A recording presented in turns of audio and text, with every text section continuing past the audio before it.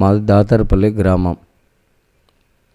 నా పేరు బత్తిన రాజు, సన్నాపు రాములు, నివాసం దాతారపల్లి, మండలం యాదగిరిగుట్ట, జిల్లా యాదాద్రి భువనగిరి, నియోజకవర్గం ఆలేరు నియోజకవర్గం. మా ఎమ్మెల్యే గారు బీలరాయలే గారు. మాకు ఫస్ట్ మోత్కుపల్లి నరసింహులు ఉన్నప్పుడు రాజకీయంలోకి వచ్చినాం. 20 సంవత్సరాలు దాటి టీడీపీలో చేసినాము. ఇక దాని తదుపరి కాంగ్రెస్లోనే వచ్చినాం. అప్పుడు నేను చిన్నగానే ఉన్నాం. టీడీపీ ఉన్నప్పుడు నరసింహులు గారు ఎమ్మెల్యే గారు ఉన్నారు.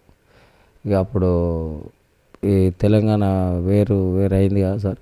టీడీపీ మొత్తం క్లోజ్ కాగానే కాంగ్రెస్లోకి వచ్చేసినాం. మాకు పదవులు ఇట్లా మేమేమి ఆశించాలి, వాళ్ళు ఏమి ఇవ్వలే. పోయినసారి గ్రామ పంచాయతీ సర్పంచ్గా పోటీ చేసినాం. పోటీ చేస్తే టీఆర్ఎస్ ప్రభుత్వం ఉంది, ఓడిపోయినాం. ఓడిపోయినాక ఎమ్మెల్యే గారు అప్పుడు ఎమ్మెల్యేగా కాలేదు. ఆయననే వచ్చి రాజు నువ్వు ఎంపీటీసీకి నిలబడాలి అని చెప్పడం జరిగింది. ముందుకు నడిపించింది ఆయననే, పెద్ద మనిషి నడిపించి మమ్మల్ని నిలబెట్టిండు. మాకు ఈ అంబులెన్స్లు ఎక్కువ ఉండడంతోనే ఎంపీటీసీగా, అది కూడా అధికార ప్రభుత్వం ఏదైతుందో ఆయన గెలవడం జరిగింది. అంతటితోనే మేము ఊకున్నాం. సర్పంచ్గా ఫస్ట్ చేసినాం, సెకండ్ ఎంపీటీసీగా చేసినాం. ఇక అప్పుడు ప్రభుత్వ కారణాలు, ప్రభుత్వం టీఆర్ఎస్ ప్రభుత్వం ఉంది. ఏదన్నా జనాలకి ఏంటంటే అప్పుడు ఎమ్మెల్యే గారు సునీత మహేందర్ రెడ్డి గారు, ఆయన వచ్చినా ఏం చేయలేడు. ఇప్పుడున్న పరిస్థితిలో మీరు అధికార పార్టీలకు ఓటేయండి, మీకు లేకపోతే పెన్షన్ కట్ అవుతుంది, మేము అధికారంలో ఉన్నాం, ఆయన గెలిస్తే మీకు ఏం చేయలేడు అని ప్రచారం కూడా చెప్పడం జరిగింది. స్థానికంగా ఆయన రావడం, ఎలక్షన్లో అదో అదిగా తీసుకొని చేసిండు ఆయన మహేందర్ రెడ్డి గారు. ప్రజలు ఇప్పటికీ కొన్ని చేయడం జరిగింది, ఇంకా కొన్ని ఉన్నాయి. మా ముఖ్యమంత్రి గారు చేస్తామంటారు, చేస్తారు, ఖచ్చితంగా చేస్తారనే నమ్మకం కూడా ఉంది. ఇప్పుడు రైతు రుణమాఫీ చేసిండు, గ్యాస్ చేసిండు, ఇవి కొన్ని చేసిండు, ఆ కొన్ని కూడా చేస్తాడు అని మాకు నమ్మకం ఉంది. జనాలకు కూడా పరిస్థితి ఏంటి అంటే, ఇక ఇండ్ల విషయం టీఆర్ఎస్ ఒక 10 సంవత్సరాలు అధికారంలో ఉంది. 10 సంవత్సరంలో ఇదే గుట్ట మండల్లో మా గ్రామ పంచాయతీలో కానీ ఒక్కరికి కూడా ఒక ఇల్లు వచ్చిన పాపాన పోలే. మేము ఎమ్మెల్యే గారి కొరకు ఇప్పుడు 10 సంవత్సరాలు చేసిర్రు. పేద ప్రజలు బతకడం జరగలే. మొత్తంలో ఏం చేసారు ఉన్నవాళ్ళు, మా ఎమ్మెల్యే గారు కానీ ఎంపీ గారు కానీ అప్పుడు ఉన్నది ఎమ్మెల్యే గారే. ఎంపీ గారు అప్పుడు ఎంపీ గారి దగ్గరికి జనాలు, నియోజకవర్గం జనాలు అయితే పోలేదు. ఎమ్మెల్యే గారి దగ్గరికి పోతే ఆమె అనుకున్నదే చేసింది తప్ప వేరేది ఏం లేదు. అరే మరి పరిస్థితి ఇట్లా, జనాల దగ్గరికి అదే తీసుకుపోయినాం. ప్రభుత్వం అధికారంలోకి వస్తే చేస్తామంటారు, చేస్తారు. మా ఎమ్మెల్యే గారు ముంగట నిలబడి మేము ఇట్లా చేస్తాము అని చెప్పిండు. ఇక్కడ ఇంచుమించు ఆలేరు నియోజకవర్గంలో 122 గ్రామాలు ఉంటాయి. ఆ 122 గ్రామాలకు అంతటా తిరగడం కూడా జరిగింది మేము. మా ఎమ్మెల్యే గారు సామాన్య సాదాసీదా మనిషి, రైతు కుటుంబంలోకి వెళ్ళి వచ్చిన మనిషి. ఏ ఒక్కరు డైరెక్ట్ పోయి మాట్లాడేంత అవకాశం అయితే ఉంటుంది మాకు. అదేదో పైరో చేయడం, ఎమ్మెల్యే గారు నేను పోతేనే అవడం అనేది కూడా ఉండదు. డైరెక్ట్ మేము రైతుని తీసుకుపోయి మాట్లాడిపించే అదైతే ఉంటుంది మాకు. కేంద్ర బడ్జెట్ మీద ఇప్పుడు పరిస్థితి ఏంటంటే, కేంద్రము మొన్నటిదాకా ఏం చెప్పింది, కేంద్రం నుంచి ఇప్పుడు గ్రామ పంచాయతీ సపోజు గ్రామ పంచాయతీ ఈ టైంకు పెట్టకపోతే కేంద్ర బడ్జెట్ రాదు అంటుంది. పెడితే బీసీ గర్జన అని వీళ్ళు అంటారు. ముఖ్యమంత్రి గారు అదే చెప్తుండు, కేంద్ర బడ్జెట్ ఇవ్వాలి, బడ్జెట్ రావడం లేదు. తెలంగాణ ఇప్పుడు 6 నెలలు అవుతుంది, 6-7 నెలలు అవుతుంది కాంగ్రెస్ ప్రభుత్వం వచ్చి. 1 సంవత్సరం లోపు ఇవన్నీ క్లియర్ చేస్తుందని మేము కూడా ఆశిస్తున్నాం. మా ఎమ్మెల్యే గారు కూడా చెప్పిండు. గుట్టపైకి ఏది మా ఎమ్మెల్యే గారు గెలవక ముందుకు ఒక 300-400 కుటుంబాలు బతికేది, ఏది ఆటోలు నడిపి. గుట్టపైకి బస్సు లేదు ఆ టైంలో 25-30 సంవత్సరాల క్రితం. 300 కుటుంబాలు ఆటో నడిపి జీవనోపాధి గడిపేది. అటువంటిది రోడ్డున పడేసారు.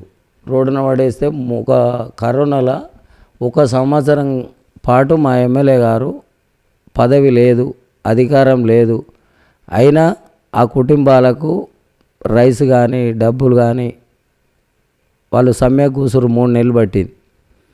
ఈయన గెలిచినాకనే పైకి సీఎం గారితో మాట్లాడి పైకి ఆటోలన్నీ పైకి రావడం జరిగింది.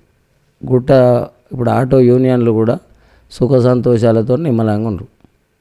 మహిళా రక్షణ కోసం ఇప్పుడు ఏది పోలీసు వ్యవస్థ కూడా మా ఎమ్మెల్యే గారు ఇది టైట్గా తీసుకొని ఏడ అన్యాయం జరుగుతుందో ఆడ మన వాళ్ళు కానీ మంది వాళ్ళు కానీ వాళ్ళు కూడా కరెక్ట్ పనిచేస్తారు. కాంగ్రెస్ ప్రభుత్వం బెల్ట్ షాపులు బంద్ చేయాలని అంటుంది. మేము కూడా బంద్ చేస్తే మంచిదే. పొద్దుగాల 6 గంటలకు లేవగానే తాగడం స్టార్ట్ అవుతుంది. కొన్ని సంసారాలు, భార్య పిల్లలు, నిన్ననే ఒక అతను అదే తాగి చనిపోయిండు.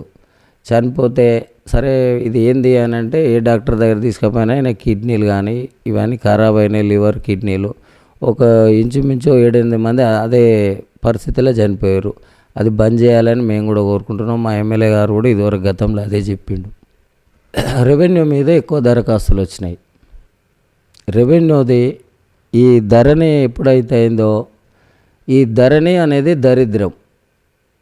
అది ఆన్లైన్ సిస్టమ్ అయితే ఒక నెంబర్ తప్పుపడ్డా ఒక సబ్ కలెక్టరు వాళ్ళందరూ అది పెట్టాలంటే కలెక్టరు డైరెక్ట్ రైతుకు దొరకలేడు, ఎంఆర్ఓ పని చేస్తలేడు, అది వాళ్ళు పెట్టాలంటారు. ఫైళ్ళు పోతున్నాయి వస్తున్నాయి. మొన్న కూడా ఒక నెల క్రితం ఎమ్మెల్యే గారికి అదే చెప్పినాం, పరిస్థితి ఇట్లుంది, ఈ ధరణి అనేది దరిద్రమే. అప్పటికి ఒక ఊరుకు 10 ఉంటే ఇప్పుడు 100 అయినాయి. ఆ 100 అయినా కానీ ఎంఆర్ఓనో లేకపోతే పటివారినో విఆర్ఓనో పట్టుకుంటే అయ్యేది కాదు. మేమేం చేయలేమని చెప్తారు వాళ్ళు. లేదు సార్, అట్లా ఏం లేదు. ఇక ప్రతిపక్షం వాళ్ళు అంటున్నారంటే ఇప్పటికీ ఈ ప్రభుత్వం వచ్చి నుంచి యాదగిరిగుట్ట ఎంఆర్ఓ కానీ వాళ్ళు కానీ ఇగో ఇది క్లియర్ అవుతుంది, ఇదివరకు గతంలో మాకు అధికారం ఇవ్వలే, ఇగో ఇప్పుడు ఇచ్చారు, ఇప్పుడు చేస్తున్నాము అని క్లారిటీగా వాళ్ళు కూడా చెప్తారు. రైతు రుణమాఫీ రైతులకు ఇప్పుడున్న సిచ్యువేషన్లో పంటలు పండక పరిస్థితి, ఆ పంట రుణానికి సరిపోక ఇప్పుడు సుఖ సంతోషాలతో ఉన్నారు రైతులు. 1,00,000 రూపాయలు, 2,50,000 అవి మాఫీ అయిన వాళ్ళు ఈరోజు కూడా వెళ్ళారు. 3వ విడత అది వచ్చిందట, 2వ విడతది. లేదు సార్, విడతల వారిగా అంటే ఇప్పుడు విడతల ఒక సంవత్సరానికి ఇంత అని చెప్పలేదు. ఇప్పుడు 2 విడతలు అయిపోయింది, లాస్ట్ విడతనేగా ఉన్నది, అవునా కాదు? 2 విడతలు అయిపోయింది ఆల్రెడీ.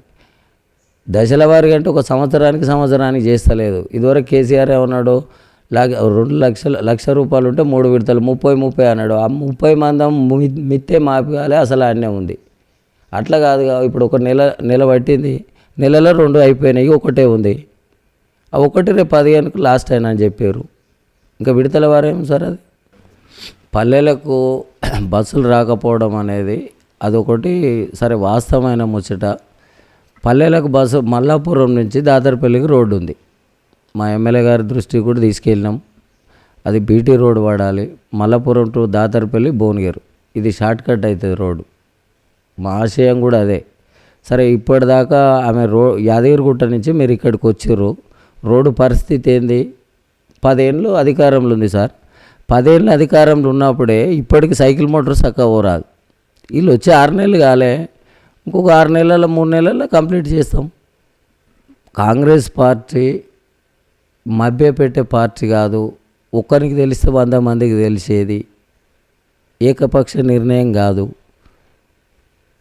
అందరికి తెలిసే చేయాలి, పేదోనికి న్యాయం జరగాలి అనేది కాంగ్రెస్ పార్టీకి ఉన్న ఇందిరాగాంధీ నుంచి ఇప్పటిదాకా అదే మనస్తత్వం, అదే పరిస్థితి. వాళ్ళలాగా ఈ డబుల్ గేమ్ మాటలు, ఈ డబుల్ గేమ్ది రాదు.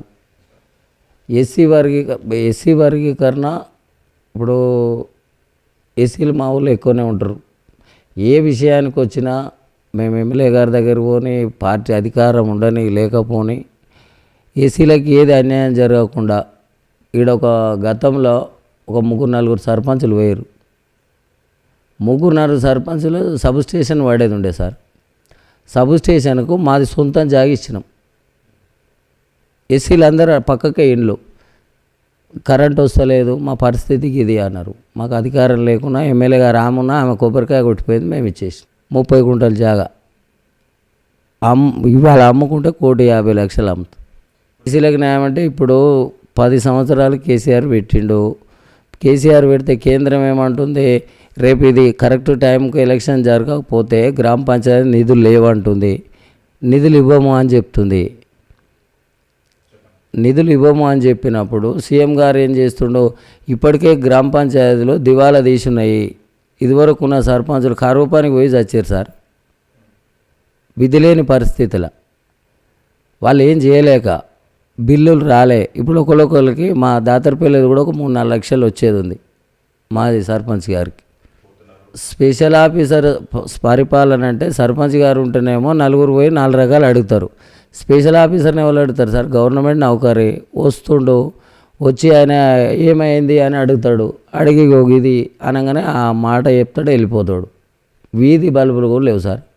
మొన్న గ్రామ పంచాయతీ నుంచి కరెంటు బల్బులు వేస్తానని పిలిపించిన. ఏమైనా ఎస్సీ కాలనీ బల్బులు లేవట, మరి మీ స్పెషల్ ఆఫీసర్ ఇస్తలేడా, మీ సెక్రటరీ ఇస్తలేదా, ఏం సంగతి, నేను ఆ ఎంఈఓతో మాట్లాడుతానంటే లేదని అప్పుడు పోయి 2-3 వేసి వచ్చి చేయదలుచుకున్నాం సార్. గ్రామ పంచాయతీ వచ్చే గ్రామ పంచాయతీ ఎలక్షన్లలో పోటీ చేయదలుచుకున్నాం. ప్రజలకు మంచి చేద్దామనే ఆలోచనతో గెలిస్తే మాకు రాళ్ళజనగం, జంగంపల్లి, దాతరపల్లి, గొల్లగుడిసెలు, మల్లాపూర్ డాక్టర్లు హాస్పిటల్ లేదు. ఏది పిల్లలకి రాత్రి ఏ ఆపద పడ్డా గుట్ట భువనగిరి వెళ్ళాల్సింది. అటువంటిది ఇక్కడ మా ఇంటి దగ్గర వెనకాల ఒక 1/2 ఎకరం జాగా తీసుకొని అది క్లియర్ చేయించి ఆడ ఒక పెద్ద హాస్పిటల్ పెట్టిద్దామనేది ఆలోచన.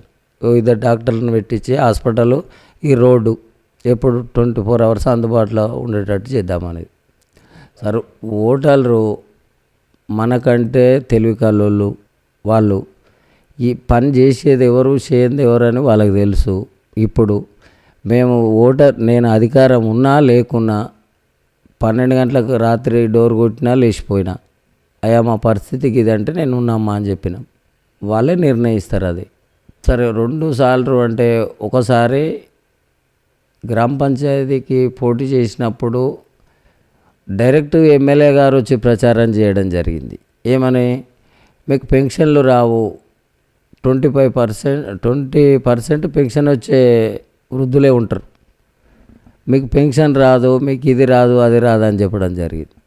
మళ్ళీ ఇంకోటి, సరే అధికారం లేదు కదా, అధికారం ఉన్నోనికి వేస్తే ఏదైనా చేస్తాడేమో అనుకోరు. ఇక అది ఆయన ఏం చేసింది ఏం సంగతి అనేది జనాలకు తెలుసు. ఇక మనం చెప్పడం కూడా కరెక్ట్ కాదు.